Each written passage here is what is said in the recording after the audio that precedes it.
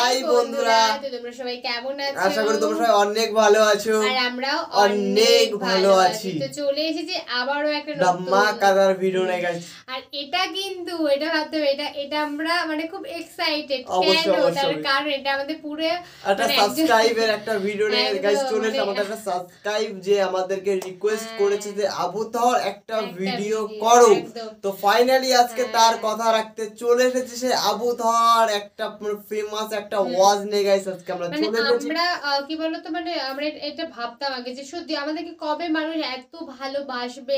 এমনিতে আমরা জানি তোমরা আমাদেরকে খুব ভালোবাসো, তোমরা অনেক ভালো ভালো সুন্দর কমেন্ট করো দেখে আমরা জাস্ট মানে ফিদা হয়ে যায়। মানে এত ভালো কমেন্ট তোমরা করো যে আমরা মানে ভিডিও, তোমরা যে ভিডিওগুলো সেই ভিডিও আমরা বানাতে বাধ্য হয়ে যাই। অবশ্যই গাইস, অবশ্যই তেমনই একটা। তো আজকে আমাদের যে ভিডিওটা সেটা তোমাদেরকে রিকমেন্ড করেছে যে তার নামটি হলো, হ্যাঁ, তো সে হচ্ছে বাংলাদেশ থেকে আব্দুল মোতাবেব।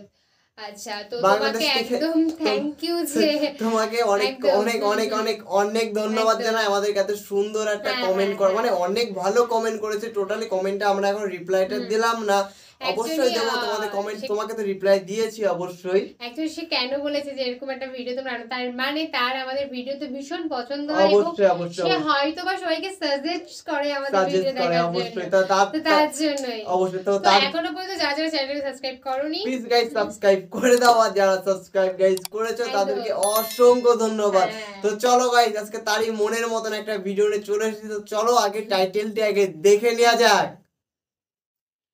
তো বলছে সাবধান, যে ভুলে আপনার রিজিকও কমে যাচ্ছে। মানে টোটালি বলছে যে সাবধান, যে কোনো কাজ করার আগে আমাদেরকে সাবধান অবশ্যই অবশ্যই অবশ্যই। তো অবশ্যই কি বলতে চাইছে আমরা সেটা আমরা নিজেরাও দেখবো, প্লাস তোমরাও দেখবে। বিশেষ করে যে আমাদের মানে রিকোয়েস্টটা করেছে সে অবশ্যই দেখো। অবশ্যই আমাদের মেইন ভিডিও ডেসক্রিপশনে চলে আসে, চেক আউট করে নিও প্লিজ গাইস, তোমরা চেক আউট করে দাও। চলো গাইস বেশি কথা না বলে আজকের ভিডিওটি শুরু করা যাক। আমাদের উচিত দিনে কমপক্ষে 100 বার করে হলেও আলহামদুলিল্লাহ পড়া যাবে। অবশ্যই আলহামদুলিল্লাহ, যে কোনো অবস্থাতে আলহামদুলিল্লাহ। আলহামদুলিল্লাহ। ভাই কেমন আছেন? আলহামদুলিল্লাহ। ভাই পরিবার কেমন আছে? আলহামদুলিল্লাহ। ভাই চাকরি কেমন আছে, চলছে কেমন? আলহামদুলিল্লাহ। ব্যবসা কেমন? আলহামদুলিল্লাহ। এটা হচ্ছে সেই বান্দা নিদর্শন যার মনের মধ্যে আল্লাহর প্রতি ভক্তি শ্রদ্ধা আছে। অবশ্যই যার মনের মধ্যে আল্লাহর নূর আছে, তার নিদর্শন হচ্ছে সে সব সময় শুকরিয়া আদায় করবে। একটা एग्जांपल দিচ্ছি, দেখেন ইব্রাহিম আলাইহিস সালাম ওই আর এই যে এইখানে মক্কায় তার একজন স্ত্রী হাজারা আলাইহিস সালাম, ওইখানে একজন স্ত্রী সারা আলাইহিস সালাম। মনে আছে ঘটনা? আচ্ছা, তিনি আসলেন বাসায়, দরজায় নক করছেন যে বাসায় কে আছে? দরজার পিছন থেকে বলা হচ্ছে যে আমি। তিনি বলছেন ইসমাইল কোথায়? তখন আওয়াজ আসছে ইসমাইল শিকার করতে গেছে। তারপরে তাকে বলা হচ্ছে তোমরা কেমন আছো, স্বামী স্ত্রী তোমরা কেমন আছো? তো স্ত্রী জবাব দিচ্ছে আমরা ভালো নাই, আমাদের ঘরে অনেক অভাব, আমাদের অনেকের স্ত্রীর মতো আছে না এরকম? সারা জীবন করে যাবেন, একটা কথাই শুনবেন শেষ বয়সে গিয়ে, জীবনে কিছুই পাইলাম না তোমার কাছে। নিজের মাথার ঘাম পায়ে ফেলে করতেই থাকবেন করতেই থাকবেন করতেই থাকবেন করতেই থাকবেন, কিন্তু আপনি শুনতেই থাকবেন কিছুই করলাম না, কিছুই পাইলাম না, কিছুই পাইলাম না। অমুক ভাবি কত ভালো আছে, অমুক কত ভালো আছে, অমুকের এত আছে, অমুকের তত আছে। সুবহানাল্লাহ। এটা আমাদেরই দোষ, কারণ বিয়ে করার সময় যারা দিনদারিতা না দেখে শ্বশুরের সম্পত্তি দেখবেন, সৌন্দর্যকে বেশি প্রাধান্য দিবেন, নিজের হারাম প্রেমকে বেশি প্রাধান্য দিবেন, নিজের ওই বংশমর্যাদা ইত্যাদি ইত্যাদিকে বেশি প্রাধান্য দিবেন, তখন তো আফসোস করতেই হবে, কিছু করার নেই। এই জন্যই তো নবী সাল্লাল্লাহু আলাইহি ওয়াসাল্লাম বলেছেন যে দিনদার স্ত্রীদেরকে দেখে বিয়ে করো, যার মধ্যে দিনের বুঝ আছে, জ্ঞান আছে, একে দেখে বিয়ে করো। তবে এখানেও একটা বিষয় আপনাকে সতর্ক করতে চাই যে প্রত্যেকটা বোরখার পিছনেই সঠিক দিনদারিতা থাকে না। ঠিক। অতএব এটা দেখেও ধোঁকা খাওয়ার কিছু নাই। দিনদারিতা আল্লাহর সাথে বান্দার মনের ব্যাপার। দিনের বেসিক কিছু প্রশ্নের মাধ্যমে আপনি তার উত্তর পেতে পারেন, দিনের বেসিক কিছু বুঝ আচরণ দেখে আপনি তার উত্তর পেতে পারেন, তার তাকওয়া দেখে আপনি উত্তর পেতে পারেন। একজন আমিরুল মুমিনিন খলিফা, তিনি রাত্রেবেলা জনগণের অভাব অনটন দেখেন। একদিন দেখতে দেখতে রাতে ক্লান্ত হয়ে পড়লেন, একটা দেয়ালের আড়ালে তিনি দাঁড়িয়ে বিশ্রাম নিচ্ছেন, বসে পড়েছেন। দেয়ালের পিছন থেকে তিনি আওয়াজ শুনছেন, মা আর মেয়ে কথাবার্তা বলছে। মা বলছে দুধে পানি মিশাও, আর মেয়ে বলছে যে ইত্তাকিল্লাহ, হে মা আল্লাহকে ভয় করো। তার মা বলছে এখানে তো ওমর নাই, ওমরের প্রশাসন নাই, ভয়ের কি আছে, মিশাও পানি মিশাও। তখন এই মেয়ে বলছে ওমর নাই তো কি হয়েছে, ওমর রব আল্লাহ তো জীবিত আছেন, তিনি দেখছেন। ওমর রাদিয়াল্লাহু আনহু পরের দিন ওই বাড়িটা মার্ক করে রাখলেন রাত্রেবেলা। পরের দিন তার ছেলেকে নিয়ে আসছেন এই বাসায়, এসে মেয়ে দেখাচ্ছেন, এই মেয়ে পছন্দ হয় কিনা দেখো। মেয়ে পছন্দ হয়ে গেছে। আমিরুল মুমিনিনের মানে রাষ্ট্রপ্রধানের ছেলের সাথে এই মেয়ের বিয়ে হয়ে গেল। দুধওয়ালি, দুধ ধোয়াচ্ছেন যেই মেয়ে, কি দেখে বিয়ে দিলেন? সৌন্দর্য দেখে? বংশমর্যাদা? শ্বশুরের টাকা? যৌতুক? এই কাজ যদি আমরা করতে না পারি সংসারে শান্তি আসবে না। অবশ্যই তখন কিছু করার থাকবে না ভাই, কারণ এই ফিতনায় একবার ঢুকে গেলে জীবনটা ম্যাসাকার। এগুলো ডিল করতেই দিন দিন অনেক চলে যাবে। দিনের ফিকির পরে দেখবেন পরিবার সামলাতেই সময় শেষ, দিন শেষ। মানসিকভাবে যদি আপনি ফ্রেশ না থাকেন, ভালো না থাকেন, সাউন্ড না থাকেন, আপনি দিনের জন্য কিন্তু কিছু করতে পারবেন না। আর পরিবারে যদি নেককার স্ত্রী না থাকে, আপনি মানসিকভাবে ভালো থাকবেন না। এটা প্র্যাকটিক্যাল কথা। ওই যে স্ত্রী বলছে আমরা ভালো নাই, ইসমাইল শিকার করতে গেছে, আমরা ভালো নাই, একবেলা খাই একবেলা খেতে পারি না, ভালো নাই। ইব্রাহিম আলাইহিস সালাম বলছেন ঠিক আছে, ইসমাইল বাসায় আসলে ওকে বলো যে তার বাবা এসেছিল, আর তাকে বলো যে ঘরের চৌকাটটা যেন পরিবর্তন করে। কথা কি বুঝতে পারছেন? ইসমাইল আলাইহিস সালাম আসলেন, একজন বৃদ্ধা লোক এসেছিল বাসায়, তোমার বাবা পরিচয় দিয়েছে। কি বলেছে? বলেছে যে ঘরের দরজা যেন পরিবর্তন করি। তখন তিনি বলছেন তুমি কি এমন বলেছিলে যে যার কারণে এই কথাটা বলেছে? তো তিনি বলছেন আমি বলেছি আমরা ভালো নাই, আমরা অভাবে আছি, তুমি শিকারে গেছো ইত্যাদি। তখন তিনি বলছেন তুমি ভুল করেছো, তিনি আমার বাবা ছিলেন, তিনি একজন নবী, তিনি ইনডাইরেক্টলি আমাকে বলেছেন আমি যেন তোমাকে তালাক দেই। এক কথায় তালাক হতে পারে?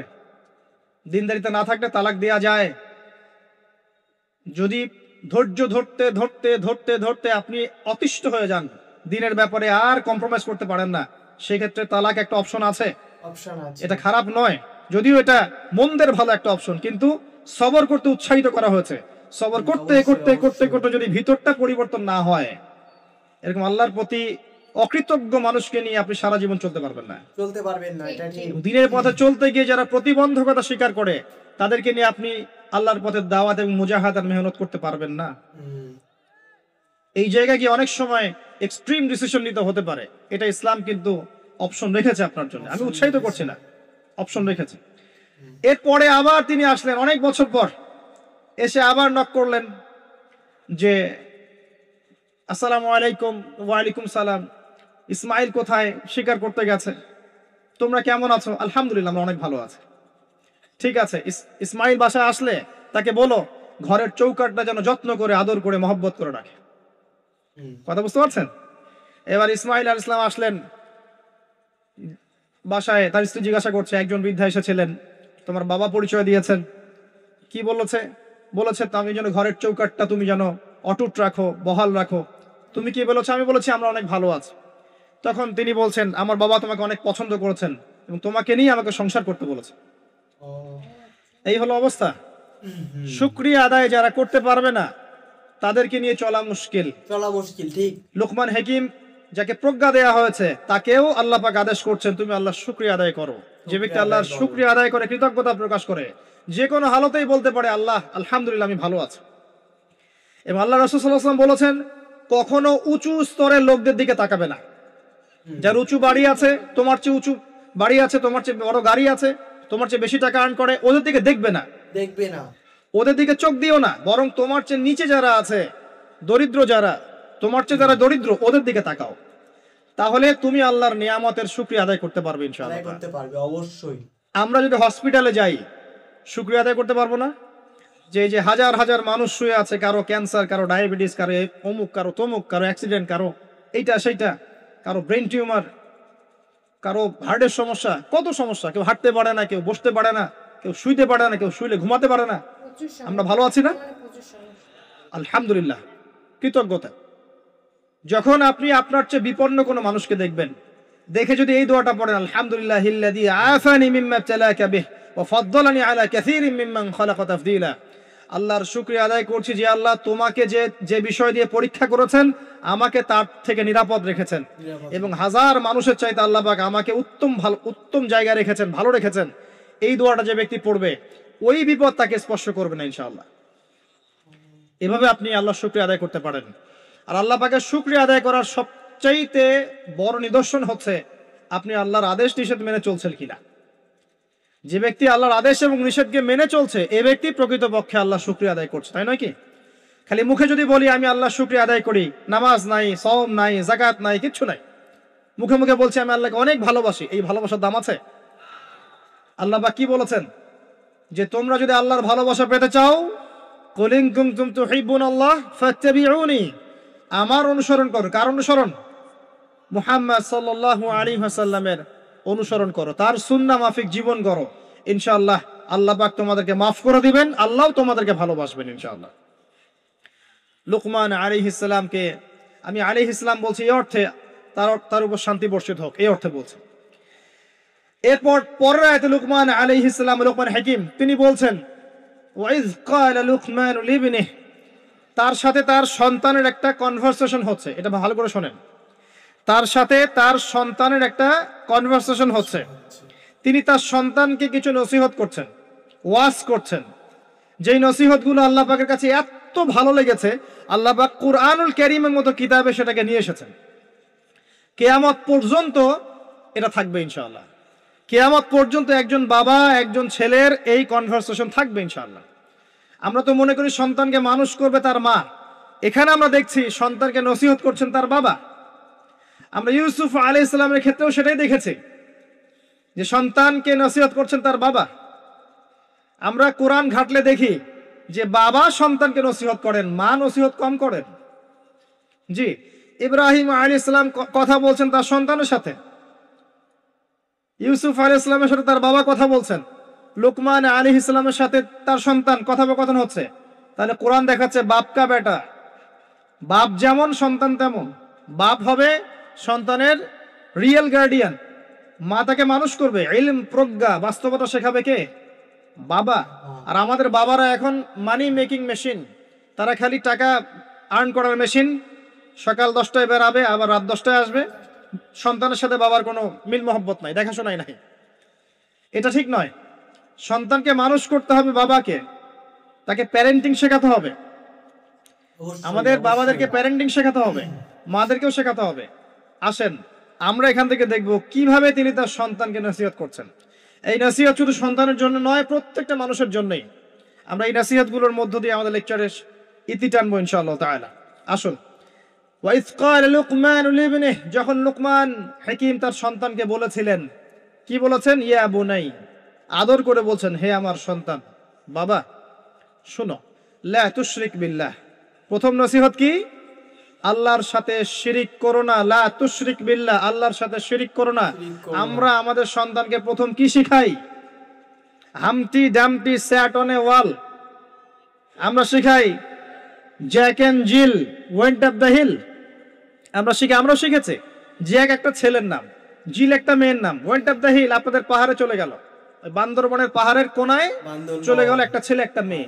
তারপর কোনায় গিয়ে কি করলো সেটা আপনারাই বোঝেন। তা আমরা ছোটবেলা থেকে বাচ্চাকে শিখাই Jack and Jill went up the hill. কি বুঝলেন? প্রত্যেকটা ক্ষেত্রে সমস্যা। আপনি শরিয়াতে কি শিখাচ্ছেন? আমটি আপনি খাবেন পেরে? কার গাছের আম আপনি পেরে খাবেন? যাত্রার গাছের আম আপনি পেরে খাইতে পারবেন? শুরুতে অজগর আসছে তেরে, সন্তানকে ভয় দেখে, অজগর তেরে আসছে। ওই বাচ্চা অজগরের কি বোঝে?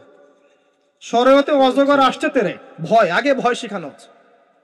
শরিয়তে অজগর আসছে তেরে, ভয়, আপনি ভয় পাচ্ছেন, বাচ্চা ভয় পাচ্ছে, রাত্রে ঘুমের স্বপ্ন দেখবে অজগর তেরে আসছে।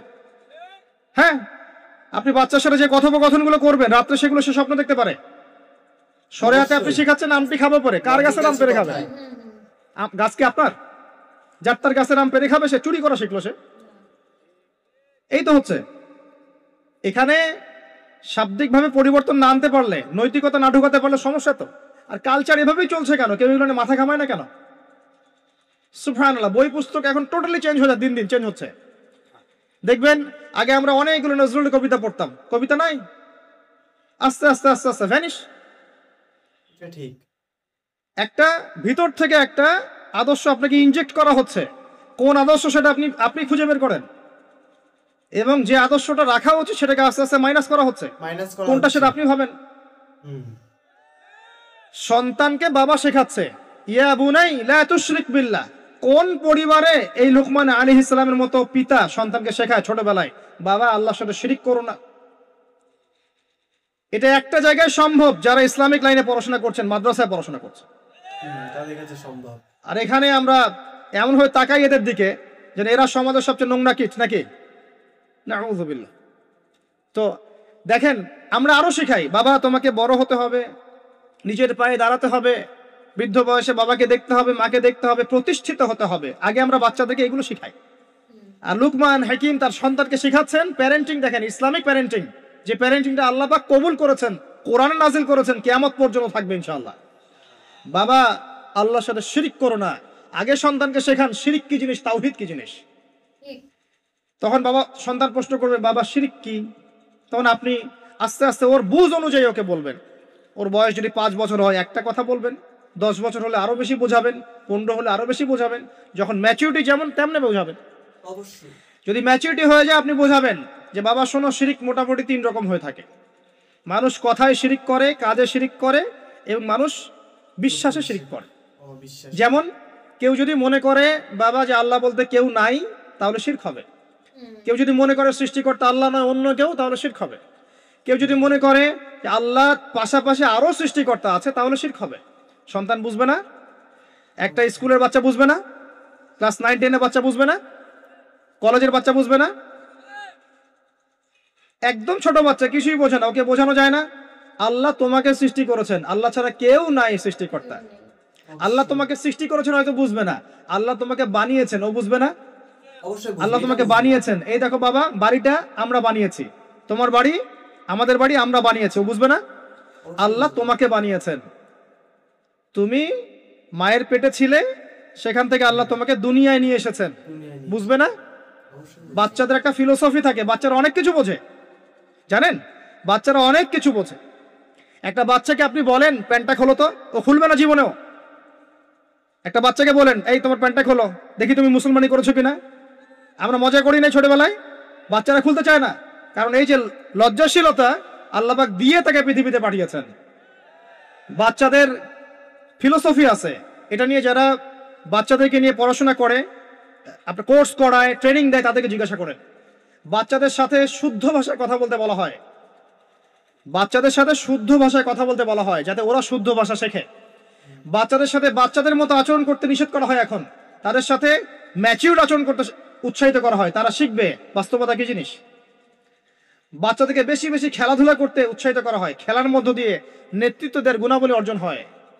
ওদেরকে মাঠে খেলতে দিতে হয়, বৃষ্টি কাদায় মাখামাখি করতে দিতে হয়, ওরা বুঝবে। গায়ের সাথে যখন মাটি লাগবে, প্রকৃতির সাথে মিশবে, ওরা হৃদয়টা বড় হবে। দেখবেন মুহাম্মদ সাল্লাল্লাহু আলাইহি সাল্লামকে যখন তিনি জন্ম নিয়েছেন, প্রথম 4-5 বছর তাকে ওই আরবের বেদুইনদের কাছে রাখা হয়েছে। ওখানে তিনি ভাষা শিখেছেন, মরুভূমিতে দৌড়িয়েছেন, খেলেছেন, ফিজিক্যালি স্ট্রং হয়েছেন, ভাষা শিখেছেন, শুদ্ধ কথা শিখেছেন।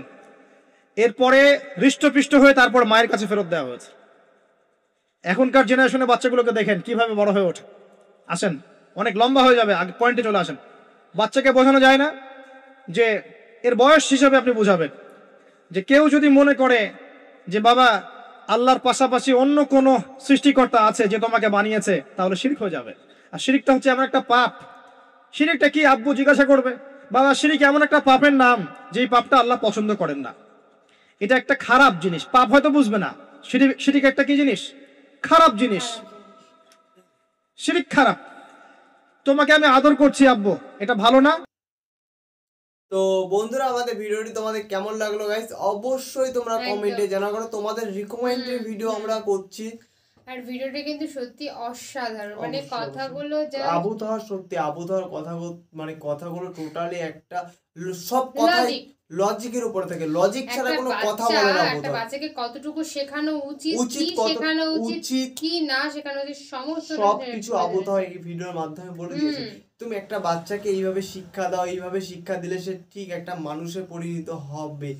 দেখো মানুষ তো সে মানে এমনিও হবে অমনিও হবে, কিন্তু সঠিক সঠিক পদ্ধতি যেটা সঠিক শিক্ষাটা দেওয়াটা মানে গুরুত্বপূর্ণ প্রথমে, মানে ওরাটা যদি একটা মানুষ একটা বাচ্চা ঠিকঠাক হয় না তাহলে সে মানে সবকিছু পুরো ঠিকঠাক থাকবে। একটা মানুষের ছোটবেলা থেকে তাকে যেরকম শিক্ষা দেবে সে কিন্তু বড় হয়ে সেরকমই তার মেন্টালিটি হবে।